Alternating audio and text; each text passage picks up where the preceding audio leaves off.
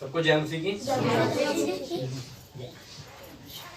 आइए हम एक वचन निकालेंगे, मत्ती 11:28 पढ़ेंगे हम।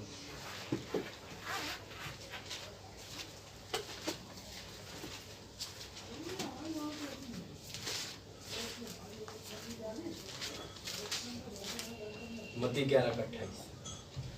हे सब परिश्रम करने वालों और बोझ से दबे हुए लोगों, मेरे पास आओ, मैं तुम्हें विश्राम दूंगा। मेरा जुआ अपने ऊपर उठा लो और मुझसे सीखो, क्योंकि मैं नम्र और मन में दीन हूँ, और तुम अपने मन में विश्राम पाओगे, क्योंकि मेरा जुआ सहज और मेरा बोझ हल्का है। आइए हम प्रार्थना। हालेलुया। सर्वशक्तिमान परमेश्वर पिता, हम आपका धन्यवाद करते हैं मेरे महान परमेश्वर पिता, इस वचन को प्रभु समझने के लिए, और प्रभु इस वचन को एक अलग ढंग से प्रभु समझने के लिए प्रभु आपके पास है। तो बहुत बार आपने अलग अलग ढंग से इस वचन को समझाया, सिखाया पिता। एक बार फिर प्रभु इसके एक दूसरे पहलू को समझने के लिए प्रभु आप सहायता और मदद कीजिए। हम में से हर एक की बुद्धि समझ खोलिए पिता। प्रभु आप नियंत्रण लीजिए, हर एक शब्द प्रभु आपकी आत्मा के अनुसार होने के लिए प्रभु कृपा दे।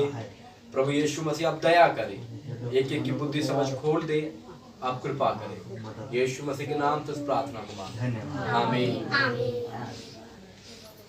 लिखा है वचन मत्ती 11:28 में, हे सब परिश्रम करने वालों और बोझ से दबे हुए लोगों, मेरे पास आओ, मैं तुम्हें विश्राम दूंगा।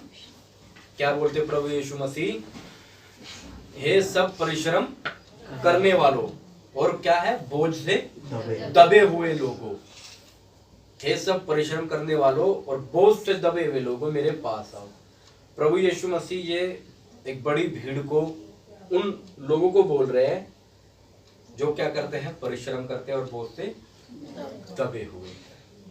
प्रभु यीशु मसीह जब अपने जीवन काल में इस पृथ्वी पर थे तो बहुत सी भीड़, हजारों की भीड़ प्रभु यीशु मसीह के पीछे हो लेती थी, क्योंकि प्रभु यीशु मसीह उनको चंगा करता था, उनको उनकी बीमारियों से मुक्त करता था।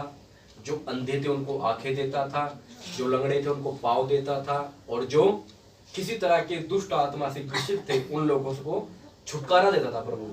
तो इस कारण प्रभु यीशु मसीह के पीछे बहुत से भीड़, और बहुत हजारों की भीड़ उसके पीछे थी।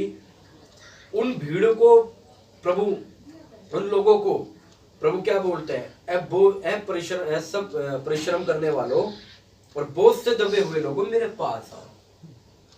परिश्रम करने वालों मतलब मेहनत करने वालों, काम करने वालों, जो भी हम काम करते हैं, हे काम करने वालों, तुम क्या करो, मेरे पास। देखो इसमें एक समझने की बात, प्रभु क्या बोलते हैं, हे सब परिश्रम करने वालों, मेहनत करने वालों और बोझ से दबे हुए लोगों। देखो कितनी अचंभित बात है कि परिश्रम भी किया जा रहा है और बोझ से भी दबे हुए हैं,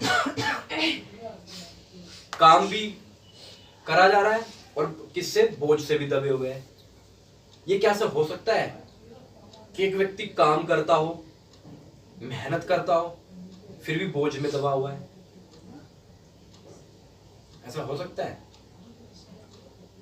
हो सकता है या नहीं हो सकता है, क्योंकि काम कर रहा है और बोझ से भी दबा हुआ है। और प्रभु क्या बोलता है, मेरे पास आओ। अब बोझ से दबा हुआ व्यक्ति किस प्रकार, और क्या हम पढ़ने में हमें क्या लगता है कि कुछ भारी बोझ के नीचे दबे हो गए? ऐसा नहीं है। क्या लिखा है, बोझ से दबे हुए लोगों, मेरे पास आओ, मैं तुम्हें विश्राम दूंगा। मैं तुम्हें क्या दूंगा, विश्राम दूंगा। कैसा विश्राम? जैसे कि कोई व्यक्ति काम कर रहा है और आपने मजदूरों को देखा होगा ना, सिर पर मिट्टी की टोकरी होती है और वो काम करते रहते हैं, परिश्रम भी कर रहा है और बोझ से दबा हुआ है। यदि कोई एक व्यक्ति बोले कि हे परिश्रम करने वाले और बोझ से दबे, मेरे पास आ, मैं तुझे विश्राम दूंगा, तो वो क्या समझेगा कि ये मिट्टी उतारेगा, काम हटाएगा और मुझे एक पलंग देगा और एक तकिया देगा और कहेगा सो जा। ये है विश्राम। हम भी ऐसे सोचते हैं कि वो हमें क्या देगा, विश्राम देगा, मगर नीचे क्या लिखा हुआ है, मैं तुम्हें विश्राम दूंगा, मैं तुम्हें विश्राम दूंगा, मेरा जुआ अपने ऊपर उठा लो। ये कैसा विश्राम है? जुआ देखा ना हम लोगों ने, जुआ कैसा होता है? जो गाय की या बैल की या जो ऐसे जानवर होते हैं जिनका ठेला बनाया जाता है उनके ऊपर रखा जाता है, वो होता है जुआ। ऐसे करके उनके यहाँ पे रखा होता है, उससे वो दबा होता है। ठीक है, उसमें लिखा है मेरा जुआ अपने ऊपर उठा लो और मुझसे सीखो, क्योंकि मैं नम्र और मन में दीन हूं। प्रभु बोलता मुझसे सीखो, क्योंकि मैं मन में नम्र और दीन हूं, और तुम अपने मन में विश्राम पाओगे, क्योंकि मेरा जुआ सहज और मेरा बोझ हल्का है। बोझ हल्का है। ऐसा कोई बोझ है जो हल्का हो? बोझ, जब शब्द लिखा बोझ तो बोझ ही है, फिर हल्का कैसे होगा? समझ रहे बात को? हल्का क्या सकता है? मगर प्रभु का वचन इस संदर्भ में या इस कॉन्टेक्स्ट में नहीं लिखा, या इस मतलब से नहीं। यह लिखा है सिर्फ सब परिश्रम करने वालों और बोझ से दबे हुए लोगों। ये वो लोग थे जो परिश्रम करते थे और बोझ से दबे हुए थे। ये किन बोझ में दबे हुए थे? ये उन रीति रिवाजों में, उन बातों के अंदर जो उस समय के जो बड़े बड़े विद्वानों ने जो उनके ऊपर थोपी हुई बातें थी, वो उन बातों के अंदर दबे हुए थे। उन बातों का जुआ उनके ऊपर था। वो इतना भारी जुआ था कि जब वो उसको उठाते थे, मेहनत तो करते थे और बोझ में भी दबे हुए थे। प्रभु उन लोगों को बोलता कि तुम मेरे पास आ जाओ, मैं तुम्हें विश्राम दूंगा और मेरा जुआ अपने ऊपर उठा लो। किसी व्यक्ति के ऊपर यदि कोई जुआ रखा है तो प्रभु क्या बोलते हैं कि जो तुम्हारे ऊपर जुआ जो रखा हुआ है वो भारी जुआ है और बोझ से दबे हुए, तुम उसमें परिश्रम भी कर रहे हो, मेहनत भी कर रहे हो, फिर भी तुम दबे हुए हो। तो प्रभु क्या बोल रहा, तुम मेरे पास आ जाओ और मेरा जुआ उठा लो। मेरा जुआ कहने का मतलब मेरी जो आज्ञाएं हैं, मेरा जो नियम है, मेरा जो कानून है, उसको तुम मानने लग जाओ। और जो तुमने उठाया हुआ है, जो संसार का रीति रिवाज का जो जुआ उठाया हुआ है, इसको उतार दो और मेरा उठा लो। जो मेरा अगर तुम उठा लोगे और मुझसे सीखो, क्योंकि मैं नम्र और मन में दीन हूं। मेरा जुआ उठाकर क्या करो? मुझसे सीखो। कई जगह कैसा होता है? कई जगह एक जुआ होता है जिसमें सिर्फ एक बैल, एक गाय या एक भैंस को बांधा जाता है। कई जगह क्या होता है? दो जानवर का होता है, जिसमें एक इधर होता है एक इधर होता है। तो प्रभु यीशु मसीह क्या बात बोल रहा है कि मेरा जुआ उठा लो और मुझसे सीखो। सिखाया कब जाता? जब साथ रहते। ये जुआ जो प्रभु खुद हमारे साथ उठाने के लिए तैयार है। देखे ना, दो बैल होते हैं, एक इधर एक इधर। तो प्रभु क्या बोलता है? मेरा जुआ उठा लो और मुझसे सीख लो। जो जुआ मैंने उठाया मेरे साथ आ जाओ। वजन तो मेरे ऊपर ही रहेगा, मगर मुझसे सीख लो। मैं सारा वजन मैं उठा लूंगा तुम्हारा, मगर मुझसे सीख लो, क्योंकि मैं मन में नम्र हूं और दीन हूं। क्योंकि मैं नम्र और मन में दीन हूं, और तुम अपने मन में विश्राम पाओगे, क्योंकि मेरा जुआ सहज और बोझ हल्का है। प्रभु यीशु मसीह की जो आज्ञाएं है, प्रभु यीशु मसीह का जो आज्ञाएं हैं, जिनको हम समझते और सुनते, इतनी सहज और इतनी हल्की है, जो बहुत ही हल्की है। जैसे वचन में क्या लिखा है कि परमेश्वर की आज्ञा कठिन नहीं है। परमेश्वर की कोई भी आज्ञा ऐसी कठिन नहीं है कि इसको इंसान ना मान सके। हर आज्ञा को इंसान बड़ी आसानी से मान सकता है। तो प्रभु उस बात को बोलता है कि मेरा जुआ, मेरी बातें अपने ऊपर उठा लो, और जो संसार का जुआ हम उठाकर बैठे हुए उसको हम हटा देते हैं। इतना हमने समझा। अब इसके अंदर समझने वाली और क्या क्या बातें हैं कि जब एक इंसान के ऊपर इस संसार का जुआ है, शैतान का जुआ है, मेन किसका? शैतान का जुआ। वो उसको भारी बोझ से दबाता है, उससे परिश्रम कराता है, और उसको कैसा लगता है? उसको कभी उभरने नहीं देता, उसको हमेशा दुखी और परेशान रखता है। तो प्रभु उन लोगों को बोलता है, हे सब परिश्रम करने वालों और बोझ से दबे हुए लोगों, मेरे पास आ जाओ, मेरे पास आ जाओ। अब इसके अंदर फैसला उन व्यक्तियों का जिनको ये मालूम है, जिनको ये लगता है कि हाँ मैं परिश्रम भी कर रहा हूं और बोझ से भी दबा हूं, अपने स्वयं के फैसले से प्रभु के पास जाना पड़ेगा। प्रभु कहता मेरे पास आ जाओ, एक ऐसे बोझ के तले हो कि मेरे पास आ जाओ और मेरी आज्ञाओं को, मेरे जुए को उठा लो, मेरी बातों को मानने के लिए तैयार हो जाओ। फिर देखो मेरा जुआ कैसा हल्का है, मेरा जो ये तुम्हारे कंधों पे रखा गया है ये देखना कितना मुलायम है। और फिर तुम्हें मन में क्या क्या मिलेगा? विश्राम मिलेगा, क्योंकि मैं नम्र हूं, मैं मन में दीन हूं। प्रभु ये बातें हमें क्या करना चाहता है? सिखाना चाहता है। क्यों सिखाना चाहता है? क्योंकि प्रभु हमें अपने साथ रखना चाहता है। इसके अंदर जब इस आयत के साथ जब हम हे सब परिश्रम करने वालों और बोझ से दबे हुए लोगों, मेरे पास आओ, मैं तुम्हें विश्राम दूंगा। फिर हम पढ़ेंगे, मेरा जुआ अपने ऊपर उठा लो और मुझसे सीखो, क्योंकि मैं नम्र और मन में दीन हूं। अब इससे आगे अगर हम गलाती 5 का 1 से पढ़े, इसी साथ जोड़कर अगर हम पढ़ते तो हमें बहुत एक वाजिब तौर से सीखने को मिलता है कि प्रभु सिखाना क्या चाहते हैं। अगर पढ़ना गलाती 5 का 1 से पढ़ना। मसीह ने स्वतंत्रता के लिए हमें स्वतंत्र किया है। मसीह ने स्वतंत्रता के लिए हमें स्वतंत्र किया है। अतः इसी में स्थिर रहो, अतः इसी में स्थिर रहो और दासत्व के जुए में फिर से ना जुटो। हाँ, एक भाई विकास भाई, हाँ जी, आप पढ़ना 11 का 28 से लेकर 29 तक। फिर कोई शांति बहन तुम पढ़ना 5 का 1 से, कंटिन्यू पढ़ना ऐसे। कुरिन्थियों नहीं, यही 11 का 28। अच्छा 11 का। मत्ती। अच्छा, हे सब परिश्रम करने वालों, ये देखो सब ध्यान से सुना, हे सब परिश्रम करने वालों और बोझ से दबे हुए लोगों, बोझ से दबे हुए लोगों, मेरे पास आओ, मेरे पास आओ, मैं तुम्हें विश्राम दूंगा। मैं तुम्हें विश्राम दूंगा।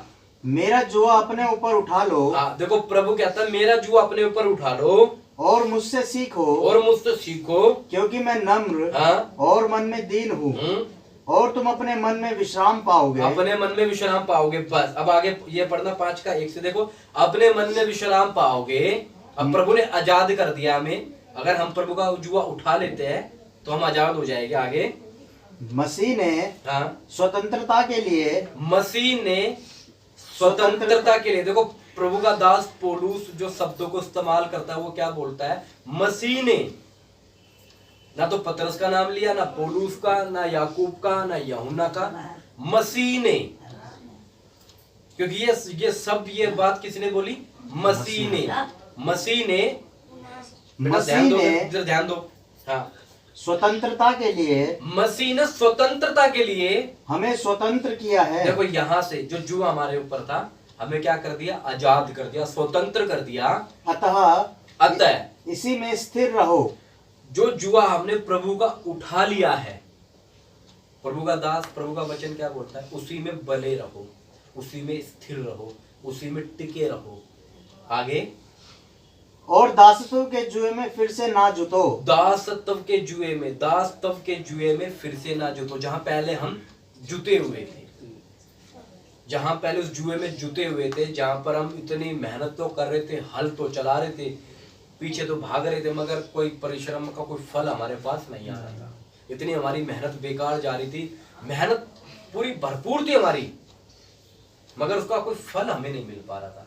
हमारी मेहनत कैसी थी? ऐसी थी जैसे कि ये जेब के अंदर मैंने पैसे डाले और मगर ये जेब मेरी फटी हुई है। जो वचन में लिखा है इसमें, छेद वाली थैली में, उसमें लिखा है कि तुमने अपना ऐसी जगह डाला पैसा जो तुम्हारी, पहले क्या होता था? पहले बटुआ जो होता था, पोटली होती थी, वो थैली थी, उसके अंदर बड़े आराम से डाल रहे हैं, मेहनत से डाल रहे हैं, मगर हमें नहीं मालूम फटी हुई है वो। हमारे काम सब मेहनत करने के बाद सब कहाँ जा रहे हैं? ऐसी जेब में डाल रहे हैं जो हमारे निकल जाते हैं, कोई पैसा नहीं बच रहा। आगे पढ़ना भाई, फिर क्या लिखा है? देखो मैं पौलुस तुमसे कहता हूँ। नहीं, ऊपर से पढ़ो वापिस। मसीह ने स्वतंत्रता के लिए हमें स्वतंत्र किया है। देखो, मसीह ने हमें स्वतंत्रता के लिए हमें क्या किया? स्वतंत्र किया है। मसीह ने स्वतंत्रता के लिए, हमें गुलाम बनाने के लिए नहीं। शब्द समझना, स्वतंत्रता के लिए स्वतंत्र किया है, आजादी के लिए आजाद किया है। इसलिए आजादी के लिए आजाद किया है। यह नहीं कि प्रभु ने तुम्हें आजादी दे दी तो अब तुम्हें प्रभु की ही बात को मानना पड़ेगा, ऐसा नहीं है। वचन कहीं पर भी ऐसा नहीं बोलता कि अगर प्रभु ने हमको आजाद कर दिया है तो प्रभु की ही माननी पड़ेगी। देखा, तुम्हें आजादी के लिए आजाद किया है, अतः तुम्हारी मर्जी है। तुम्हारी क्या है? मर्जी है। प्रभु ने हमें आजाद कर दिया, प्रभु ने हमें आजाद कर दिया। अब मर्जी है, या तो हम इसी में बने रहे या तो फिर हम अपने वापस गुलाम जा सकते। आगे, अतः इसी में स्थिर रहो। इसी में क्या रहो? स्थिर रहो। मर्जी है, नहीं रहना तो मत रहो, रहना है तो इसी में स्थिर रहो। क्यों? हाँ, पढ़ना भाई। और दासत्व के जुए में हाँ, फिर से ना जुटो। और दासत्व के जुए में फिर से ना जुटो। ना जुटो, फिर से उसमें ना ना जुटो। मतलब प्रभु ने हमें आजाद तो कर दिया, फिर से हम उसके अंदर ना ही जुटना, हमें फिर से उसके अंदर काम नहीं करना। क्यों? क्यों? प्रभु की मर्जी है या हमारी मर्जी है? ऐसा तो नहीं हो सकता ना। प्रभु ने हमें तो आजाद कर दिया, हमें एक उजाले में, रोशनी में लाके खड़ा कर दिया और सारे काम हमें दिखा दिए। अब फैसला हमारे हाथ में है कि हमने करना क्या। इसके नीचे भाई क्या लिखा है? देखो, हाँ, मैं पौलुस तुमसे कहता हूँ। देखो, मैं पौलुस तुमसे कहता हूँ कि यदि खतना कराओगे। हाँ, बस बस बस, यदि खतना कराओगे तो एक नीचे का एक विषय है। प्रभु का दास पौलुस क्यों इन बातों को लिखता है? क्योंकि हमें आजाद प्रभु ने कर दिया है। इस संसार की रीति रिवाजों के अंदर हमें नहीं आना। प्रभु कहते हैं कि मेरा जुआ उठा लो। जो लिखा हुआ है कि प्रभु ने तुम्हें स्वतंत्र किया है, हमें स्वतंत्र प्रभु ने कर दिया। किन बातों से स्वतंत्र किया? हर उस बात से जो हमें गुलाम बनाती है। पौलुस का जो है कहने का मतलब प्रभु के दास का वो ये था, प्रभु के दास का, कि तुम जो व्यवस्था की बातों से गुलाम बने हुए हो उससे भी तुम्हें आजादी है। एक मसीही व्यक्ति व्यवस्था का गुलाम नहीं है। हम पुराने नियम के अंदर जो व्यवस्था दी गई थी हम उसके गुलामी में नहीं है, हम आजाद है। हम व्यवस्था के अनुसार धर्मी नहीं ठहरे, हम अनुग्रह से धर्मी ठहरे हैं। प्रभु की किसके? अनुग्रह से और उसके लहू के द्वारा सेत में धर्मी ठहराए गए हैं। हम पुरानी बातों के अधीन नहीं है बिल्कुल भी। हम पर यहूदियों की बातें थोपी नहीं जाएगी। हम आजाद है, मसीह ने हमें आजाद कर दिया, स्वतंत्र कर दिया हमें। किस लिए? ताकि हम स्वतंत्र रहे, मसीह में स्वतंत्र रहे, ना कि अपनी किसमें, अपनी बातों में और अपनी किसमें, अपने स्वभाव में और अपनी व्यवस्था में। फिलिपियों के अंदर पौलुस बोलता है, लिखा हुआ एक जगह 3 में लिखा हुआ, 3 का शायद 3 से ही पढ़ना।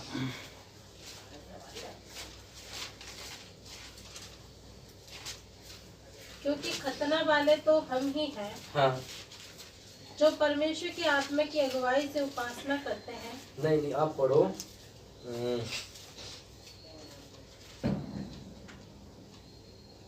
7 से पढ़ो।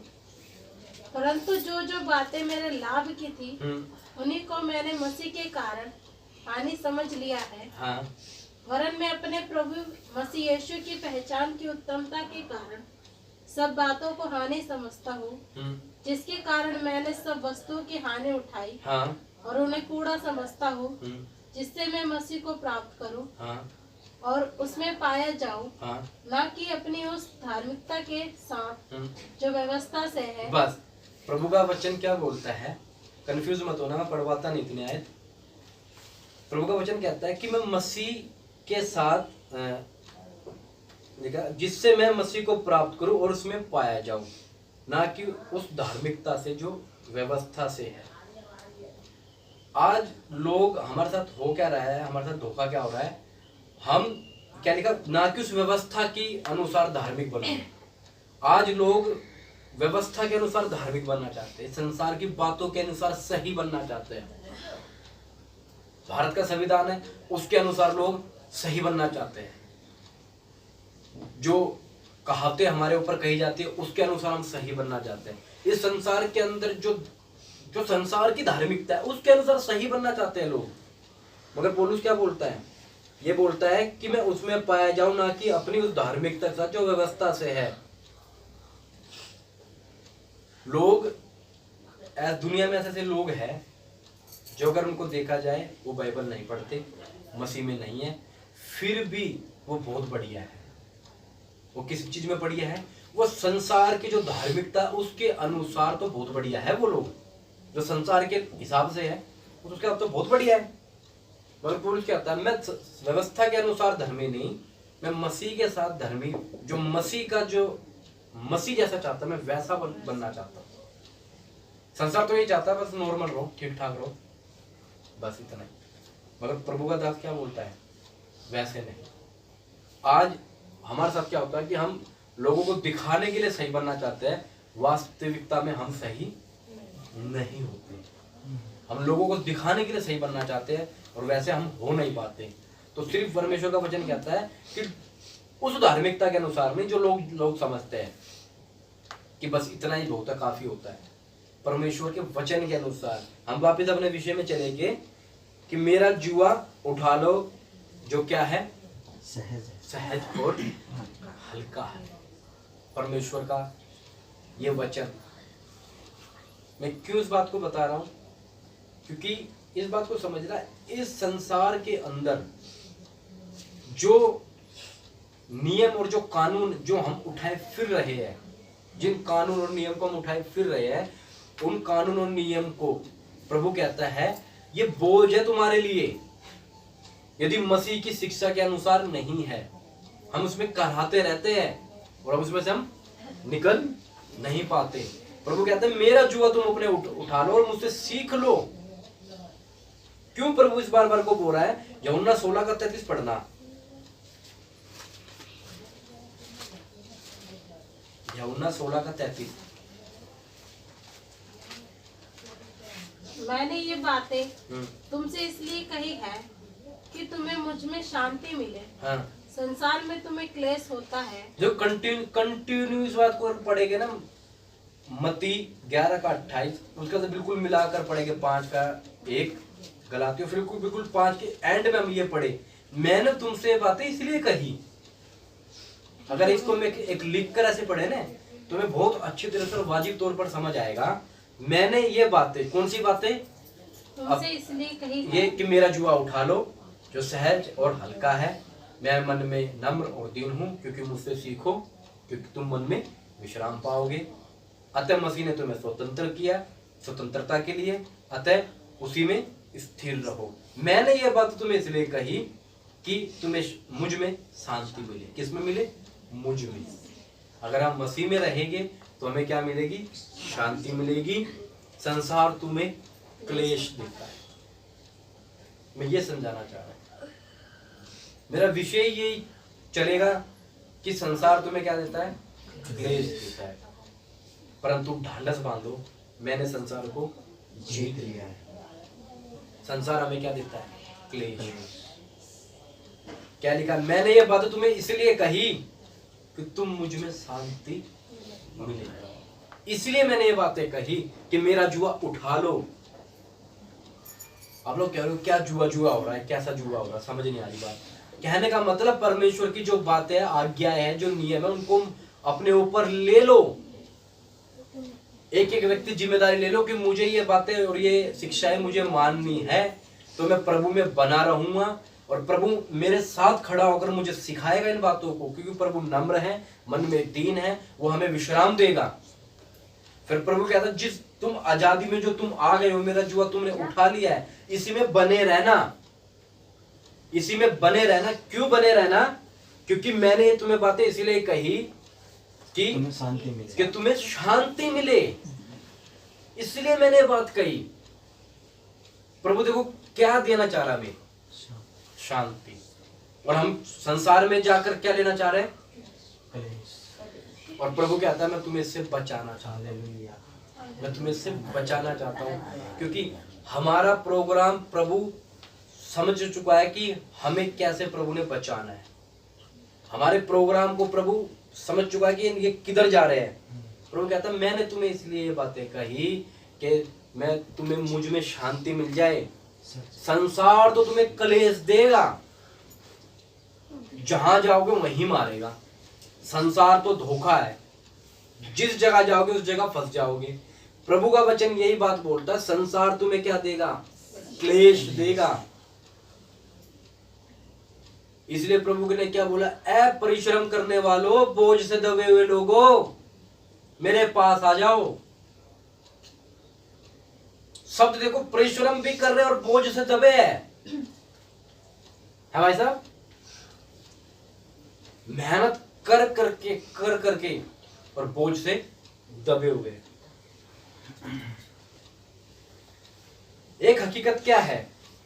शैतान सबसे पहली हकीकत क्या करता है? शैतान इंसान को, उसकी बुद्धि को अंधा करके रखता है।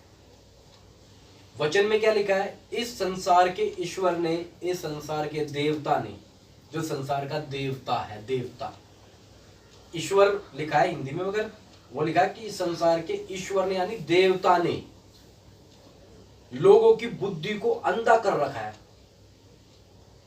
क्यों अंधा कर रखा? ताकि परमेश्वर के बारे में जान ही ना सके। अगर वहां से इंसान निकलकर आ भी जाता मसीहत में तो यहां फंस जाता है। वो यहां आने के बाद भी इन बातों को अपने ऊपर कभी ले नहीं पाता। और वो होता तो इस तरफ है, मगर उसका मन कहां होता है? संसार की तरफ। परमेश्वर का वचन बोलता है जहां तुम्हारा मन, जहां तुम्हारा धन है वहीं तुम्हारा मन भी लगा रहेगा। हमारा मन कहाँ लगा रहता है? संसार में, संसार की बातों में। संसार हमें क्या देता है? क्लेश देता है। क्लेश कैसा क्लेश? ऐसा क्लेश जो हमारी समझ से बाहर है। हमें समझ नहीं आएगा ये हो क्या रहा हमारे साथ। ये संसार की ऐसी बातें हैं जो अगर हम समझने बैठे, एक एक बात के पीछे की योजना को हम समझे, एक एक बात के पीछे के उद्देश्य को समझे, संसार हमें क्लेश देने के लिए तैयार है। संसार हमें क्लेश देने के लिए तैयार है। क्यों? क्योंकि परमेश्वर का वचन हमें यह सिखाता है कि मेरे जुए को उठा लो, मेरी बातों को मान लो, नहीं तो संसार तुम्हें फंसा लेगा। और जो परमेश्वर की बातों को मानते हैं, जो परमेश्वर के वचनों पर चलते हैं, वे लोग परीक्षाओं में नहीं पड़ते। वे लोग परीक्षाओं में नहीं पड़ते। एक वचन और पढ़वाऊंगा, याकूब के अंदर लिखा है,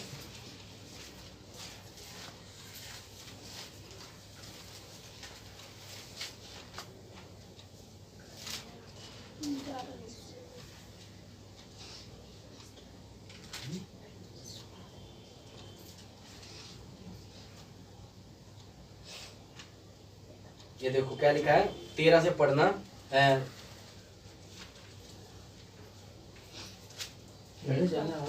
13 से हाँ।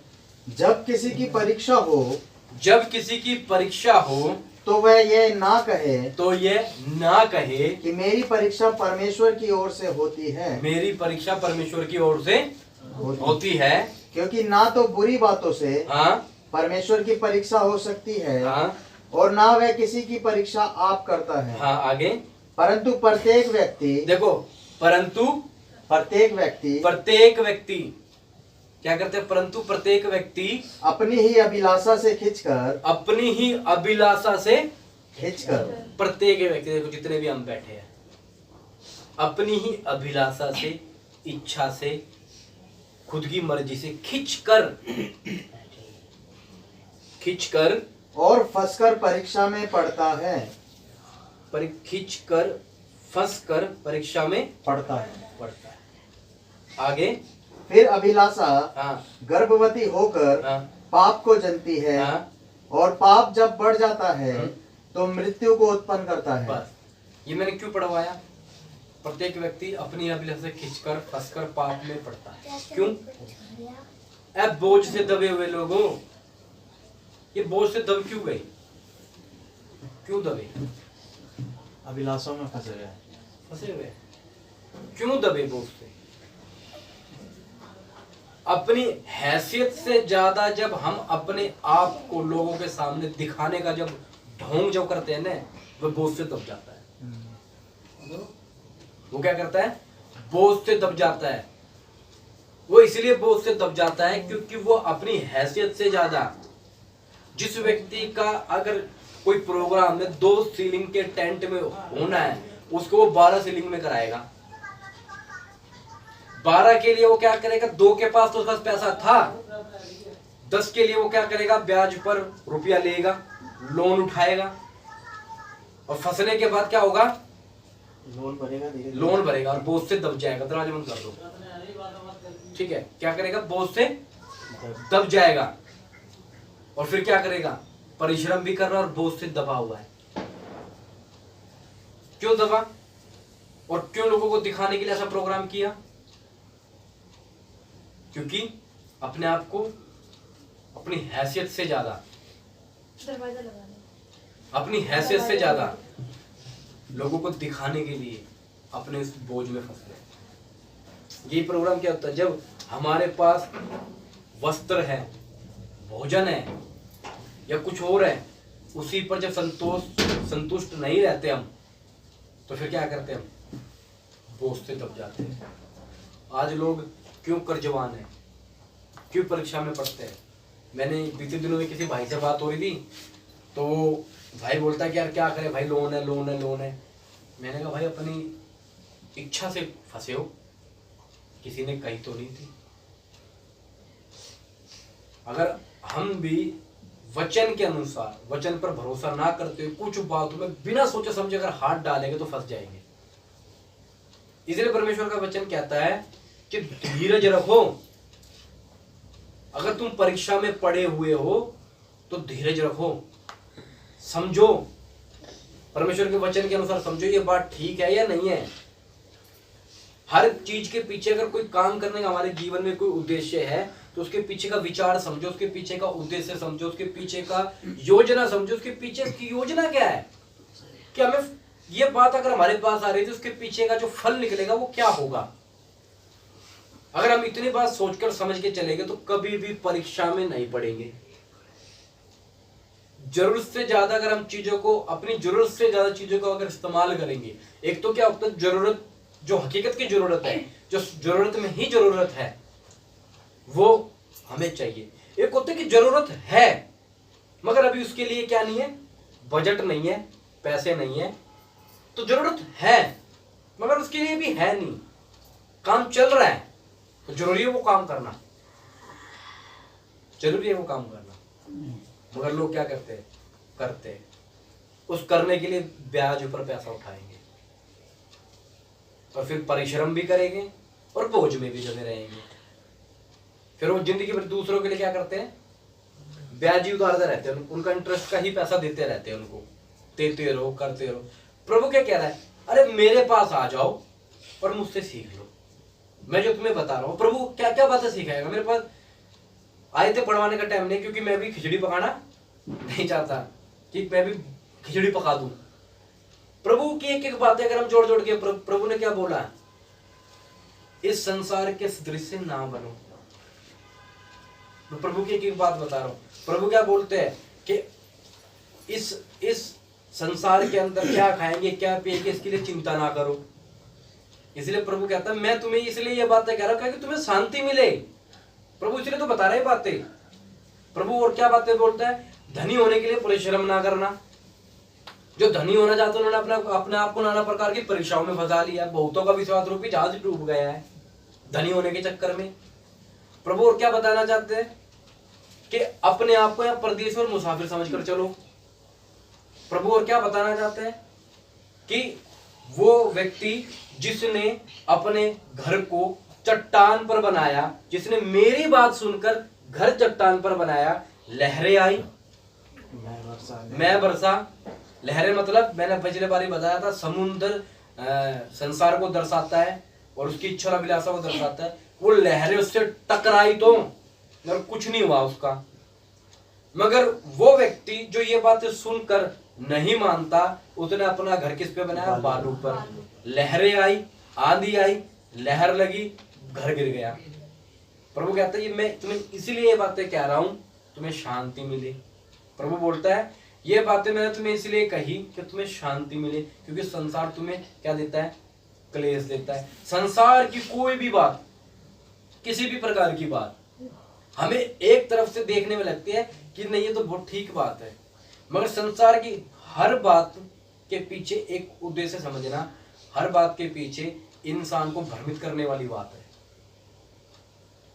हर चीज के पीछे अगर हमारा जो हम पढ़ाई कर रहे हैं, जो हम पढ़ते हैं, जैसे आज हिंदी में पढ़ रहा हूँ या इंग्लिश पढ़ रहा हूँ या बोल रहा हूँ, इसके पीछे की अगर हम उसके पीछे अगर लॉजिक अगर हम समझेंगे, इसके पीछे जो हम पढ़ाई जो करते हैं, ये पढ़ाई जो आज पूरी दुनिया में चल रही है ना, ये पढ़ाई मालूम है कौन सी पढ़ाई चल रही है?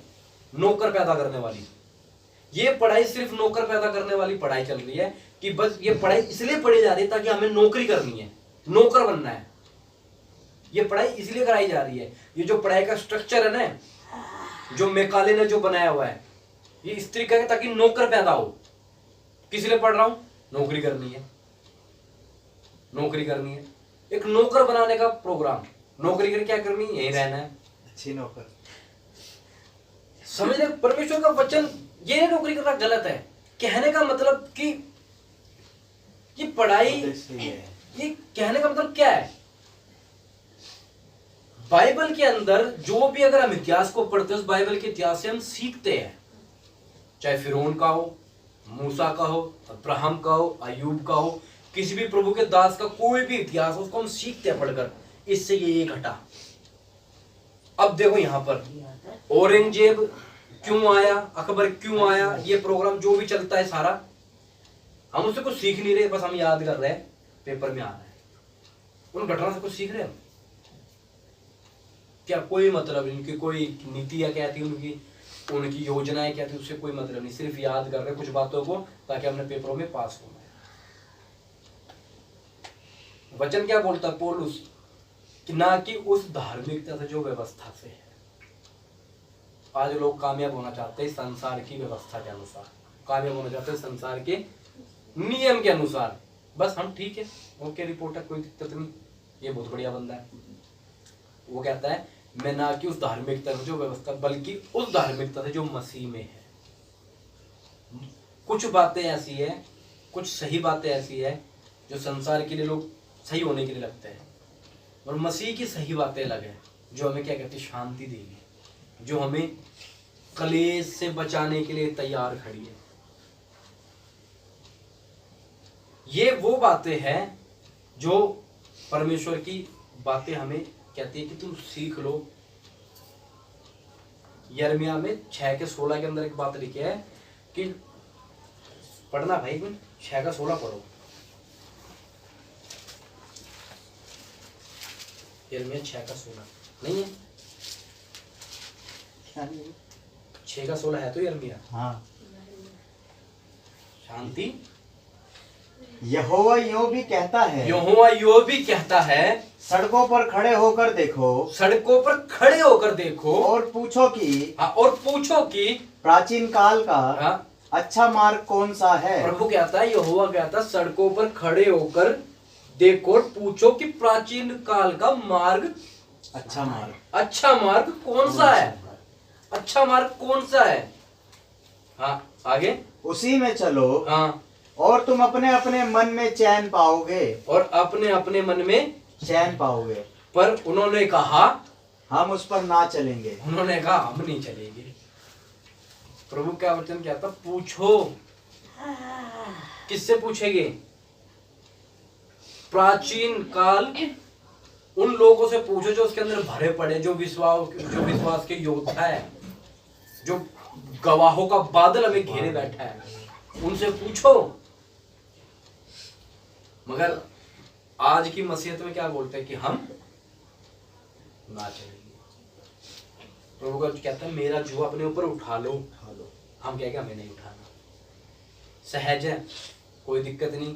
मुलायम है, कोई दिक्कत नहीं, हम तो ब्याजी भर लेंगे, कोई दिक्कत नहीं, हम तो अपना जीवन ही जी लेंगे। मगर परमेश्वर का वचन एक बात बोलता है, मैंने ये बातें तुम्हें इसलिए कही कि तुम्हें शांति मिले। संसार तुम्हें क्या देगा? कलेश। कोई दिक्कत नहीं, ले लो। संसार कलेश देने के लिए तैयार है, संसार डुबाने के लिए तैयार है। जिसको डूबना है, जिसको इस बातों को नहीं मानना, वह उस व्यक्ति के समान है जिसने अपना घर किस पे बनाया? पानी पर। आंधी आएगी, डूब जाएगा, सत्यानाश हो जाएगा। मगर ये परमेश्वर का वचन, ये जिसके ऊपर कोई अटल रहते हैं लोग, दुनिया की नजरों में कहेगा हाय मरा हुआ परेशान सा है, इसके पास क्या है। सिस्टम यही समझना, पिछली बार भी बताया था कि हम तो यहाँ मुसाफिर है, हमने जाना ही है, हम यहाँ पर थोड़े दिनों के लिए है और यहाँ से हम चले जाना है। इसलिए इस वचन को थामे रहना है और परमेश्वर के राज्य में आगे बढ़ने के लिए चलना है। लोग हमें देखेंगे हाय मारा कूटा दुर्दशा में पड़ा हुआ है, इसके पास तो कुछ भी नहीं है। ठीक है, कुछ भी नहीं है हमारे पास, कोई दिक्कत नहीं, मगर हमारे पास जो है वो उनके पास नहीं। हमारे पास क्या है? अगर इसके अनुसार चलेगा तो शांति। उनके पास क्या है? कलेश। आज कोई कहता है कि नहीं मैं खुश हूं, मेरा बहुत पैसा है, उसके जीवन में उस व्यक्ति से कहीं पर्सनल जाकर पूछना, उसके जीवन में शांति नहीं है, उसके जीवन में कोई बेचैनी से भरा हुआ है, वो परेशान है, उसको कल की चिंता उसको सताती है, हाय मेरा क्या होगा, मेरा कैसे होगा। और वो शैतान लोगों को कितना भरमाता है। नौकरी ना मिलने पे बड़े अच्छे बड़े बड़े लड़के फांसियां खा जाते, बिल्डिंग से कूद जाते हैं। जो एक घुमाया हुआ ना लोगों को, उनका उद्देश्य यही बना दिया कि नौकरी, ये नहीं, नौकरी नहीं तो कुछ नहीं, खत्म। एक प्रोग्राम बना दिया कि आगे क्या होगा, कैसे होगा, किस तरह से होगा, समझ नहीं आ रहा, पता नहीं क्या होगा। अरे नौकरी करनी है, जो हमारे अंदर जो टैलेंट है, हम नौकर क्यों बने? हम व्यवसाय करें, ऐसा काम करें कि हम 2-4 को रोजगार दे दें। मगर अपने टैलेंट को हम नौकर बनकर सीमित रहते हैं और वहीं एक जगह फिक्स होकर बैठ जाते हैं। मालूम है सरकारी नौकरी के पीछे, कोई भी अच्छी नौकरी के पीछे सबसे बड़ी दिक्कत क्या होती है? इनसिक्योरिटी, असुरक्षित फील करना, महसूस करना। क्या होगा मेरे बुढ़ापे में, क्या होगा मेरे साथ, क्या होगा। ये बातें एक व्यक्ति को कहती है मिलनी चाहिए, कोई तो नौकरी तो होनी चाहिए। अरे हमारी पॉलिसी तो हो चुकी है, हमारा बीमा तो प्रभु यीशु मसीह ने कर दिया और इसका प्रीमियम भी लघु दे दिया, तो खत्म बात।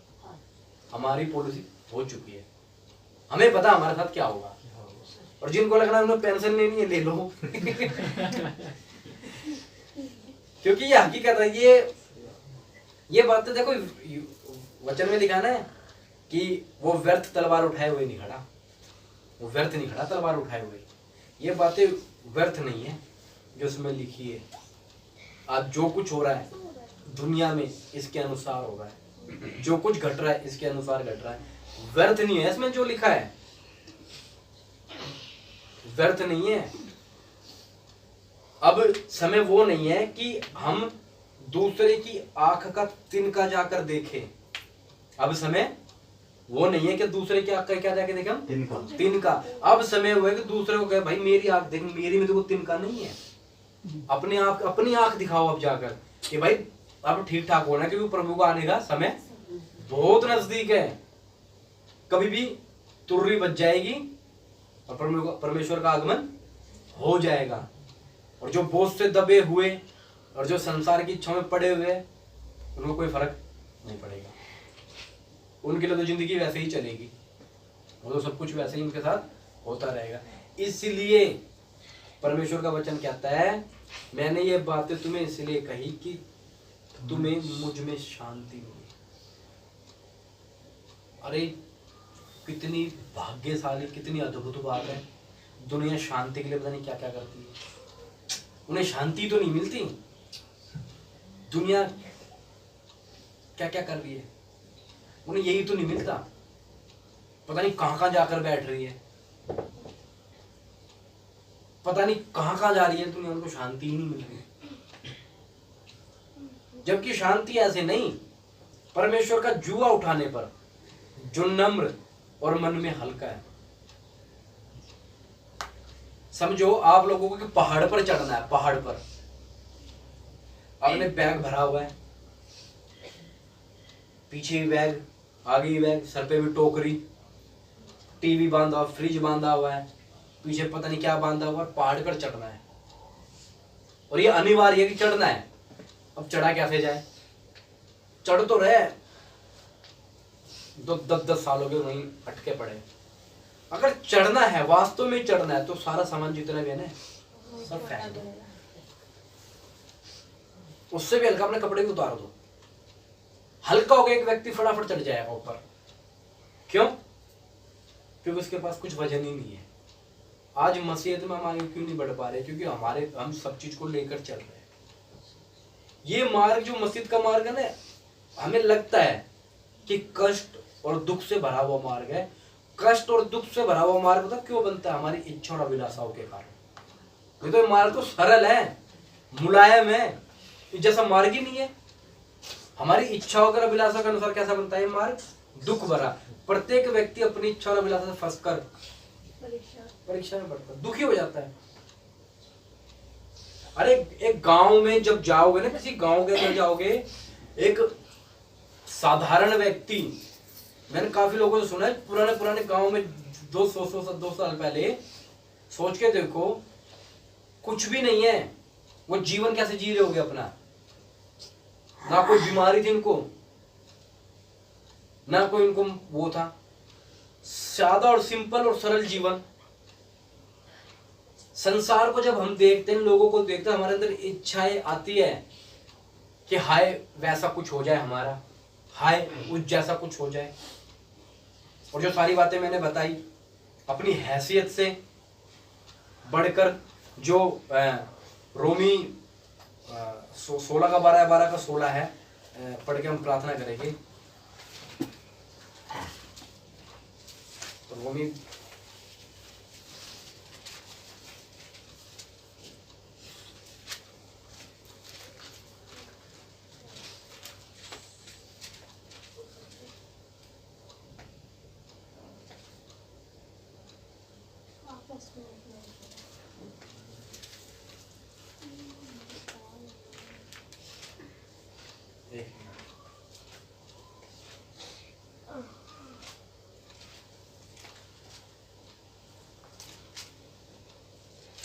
लिखा है, जैसा कि इसमें लिखा, रोमी में ही है, 12 का 16 या 12 का 14 से कुछ है।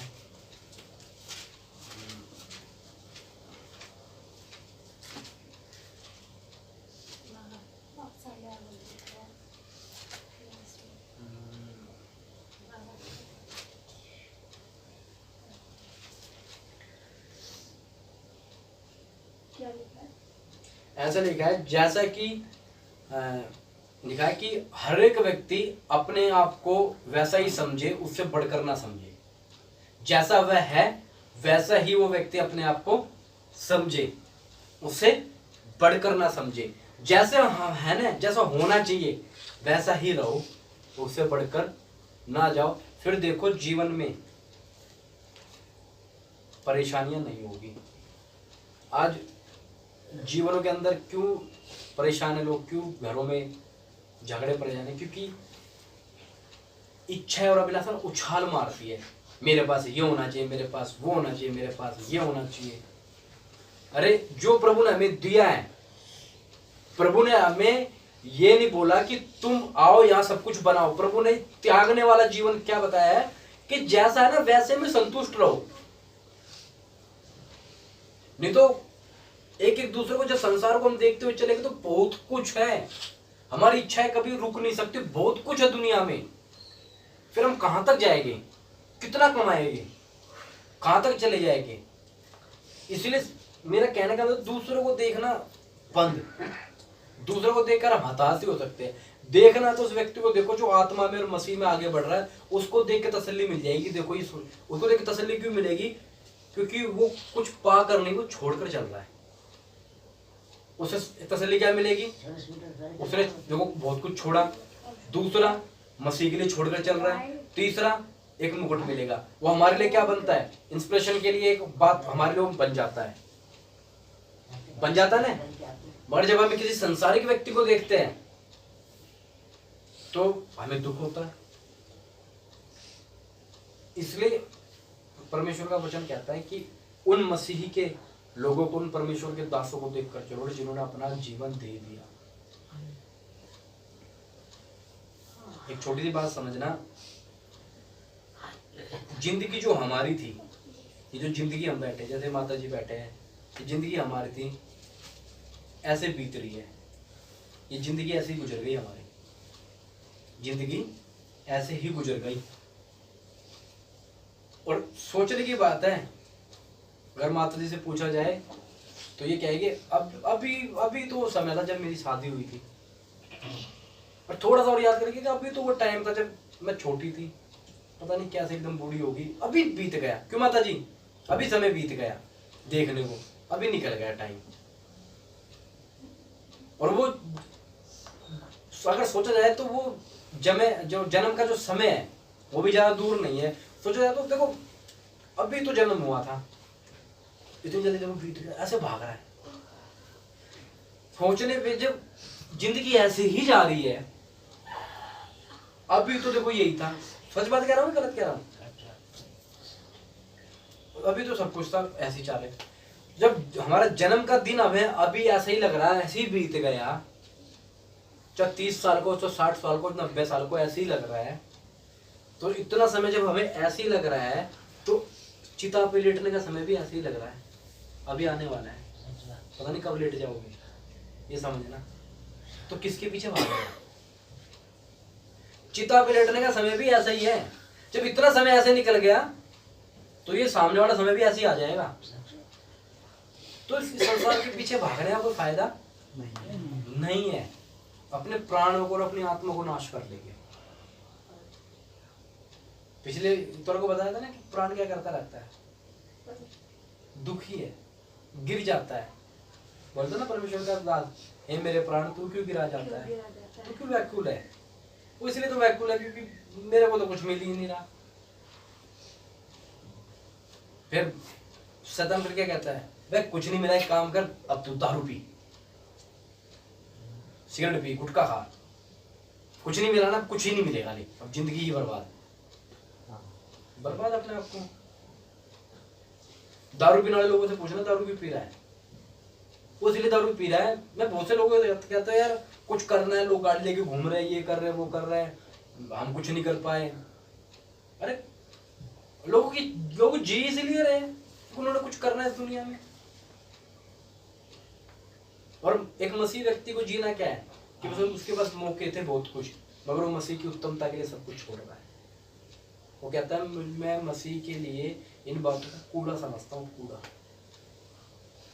इन बातों को कूड़ा, जिन बातों के लिए दुनिया भाग रही है, जिन चीजों को हम जब तक वो चीज जब तक मसीह के नजदीक उतने तक जाओ, उतना तक हमें मसीह के नजदीक जाना है, जब तक संसार की चीजें हमें कूड़ा लगने ना लगे। और जब हमें चीज कूड़ा लगने लगेगी तब हमें मसीह की उत्तमता समझ आएगी कि मसीह कौन है, कैसा है। जो भी जैसा भी हम काम कर रहे हो उस कामों में खुश रहो, अपने कामों में खुश रहो, जितना प्रभु देता उतने में खुश रहो। सिंपल सी बात है, अपनी इच्छा अभिलाषाएं कम कर दो।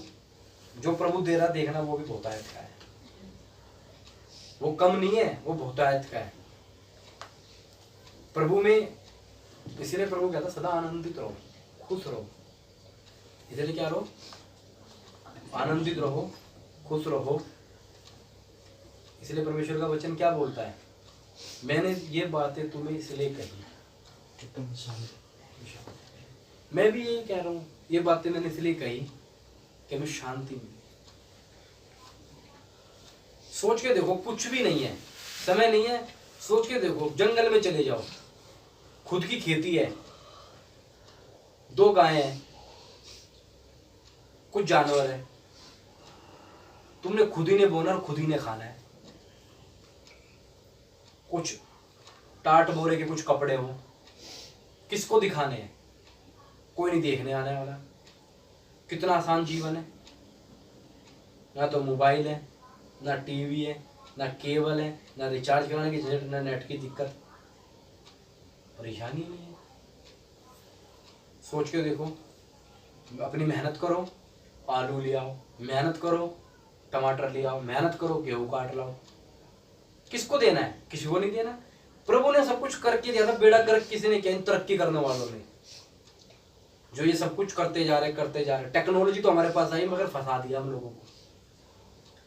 अगर पुराने जमाने में चले जाए तो हम संतुष्ट है बिल्कुल। पैसा कहाँ होता था? कुछ भी नहीं। गेहूं लिया है, गेहूं के बदले टमाटर दिया, टमाटर के बदले आलू लिया है, यही प्रोग्राम था। परमेश्वर के इस वचन के अंदर जब हम बाइबल के अंदर देखते हैं तो ये सारी बातें क्या हो रही है, उस समय में जब हम देखेंगे तो ये सारी बातों का निचोड़ एक ही आता है कि अपने आप को परदेसी जानकर रहना। जो जरूरत की चीज ले लो, बात खत्म। उसके पीछे परेशान नहीं होना, फंसना नहीं, दुखी नहीं होना। मैं ये सच्ची बता रहा हूँ, जब ये बात हम अपने जीवन में मान लेंगे ना, मैं सच कह रहा हूँ, परेशानी खत्म हो जाएगी। कुछ भी नहीं है, धन्यवाद करना पड़ेगा परमेश्वर के लिए। हमें बहुत आसान है, अगर कुछ नहीं है हमारे पास। जिनका बहुत कुछ है, छोड़ने में दिक्कत है उनको, हमारे पास कुछ है ही नहीं, छोड़े तो छोड़ेगा। प्रभु तेरा धन्यवाद, छोड़ने की दिक्कत ही नहीं है। तो इसलिए हमने क्या करना है? परमेश्वर की उन बातों को, उन नियमों को क्या करना है? मानना है। मानना है ना, ताकि हमें क्या मिले? शांति मिले, बस, और कुछ नहीं है। प्रार्थना करें हम। किसी को कुछ सवाल? इसीलिए प्रार्थना करेंगे अपनी उन बातों के लिए जो हमें क्या करती है? ललायित करती है। प्रभु तुझ में संतुष्ट रहना, बस। फिर हम प्रार्थना करेंगे। हालेलुया।